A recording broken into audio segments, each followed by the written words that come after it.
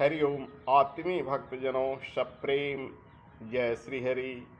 गोस्वामी तुलसीदास जी की प्रस्तुत पंक्तियां झलकाती है भगवान श्री राम कितने मृदुभाषी थे, कितने सरल थे, कितने निराभिमानी थे, निरंकारी थे।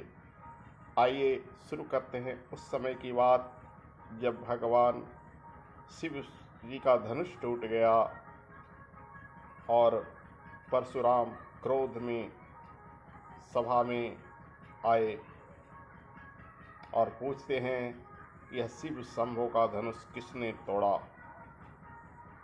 बहुत तरह से कोसते हैं, लेकिन भगवान राम कितनी सरल स्वभाव के थे।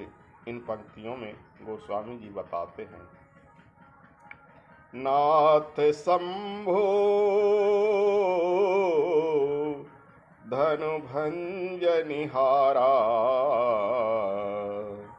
हुई सो को एक दास तुम्हारा।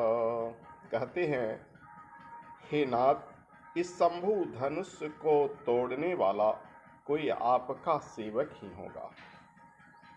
नाथ शंभो धनु भंजनिहारा होए ही सो को के दास तुम्हारा।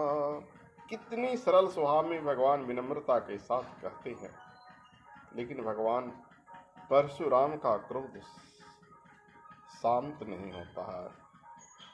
वो कहते हैं सेवक की परिभाषा देते हुए, सेवक जो है करे सेवकाई, अरि करे कर सम की नहीं लड़ाई।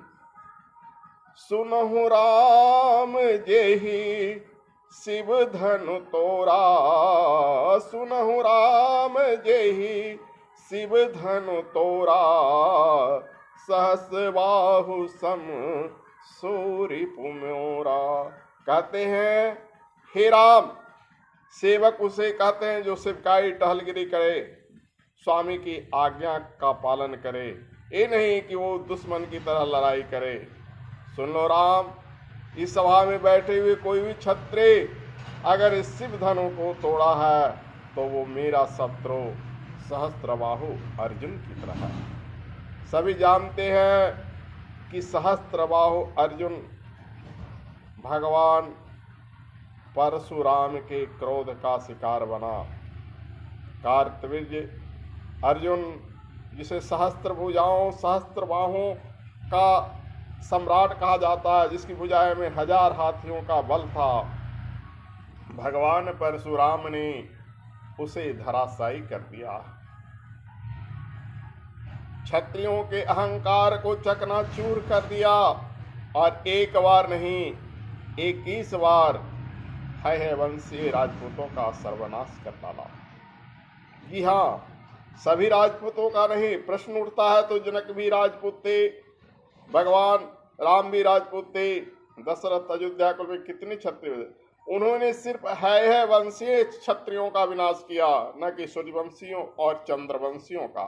क्योंकि है वंशीय राजपूत धरा पर राक्षसों की तरह उन्मत्त हो गए थे, ब्राह्मणों का अस्मत लूटते थे, ब्राह्मणों से कर लेते थे, और जो तपोवन तपस्वियों का वन था उस पर वे अपना साम्राज्य जताना चाहते थे। जैसे आज की सरकार फॉरेस्ट डिपार्टमेंट में तपोवन को ले लिया है, जो कि यह अनुचित है। तपोवन सिर्फ देवताओं का, ऋषियों का और ब्राह्मणों का स्थान होता है, तपस्वियों का स्थान होता है, न कि वो सरकार का स्थान होता है। तो भगवान राम और परशुराम दोनों ही विष्णु के अवतार एक ही बार त्रेता युग में अवतरित हुए। प्रसंग आगे क्या है इस अगले प्रसंग में कहेंगे। बस इस कथानक के माध्यम से बस यही दर्शाते हैं कि भगवान श्री राम कितने मृदुभाषी थे, कितने सरल थे, कि कोई भी क्रोध का उत्तर उन्होंने कभी क्रोध से नहीं दिया, प्रेम से दिया। ऐसे ही मानव को भी क्रोध पर अगर विजय प्राप्त करना है तो अगले के क्रोध का उत्तर कभी क्रोध से नहीं देना चाहिए। जय श्री हरि, जय श्री राम, हरि ओम तत्सत ओम।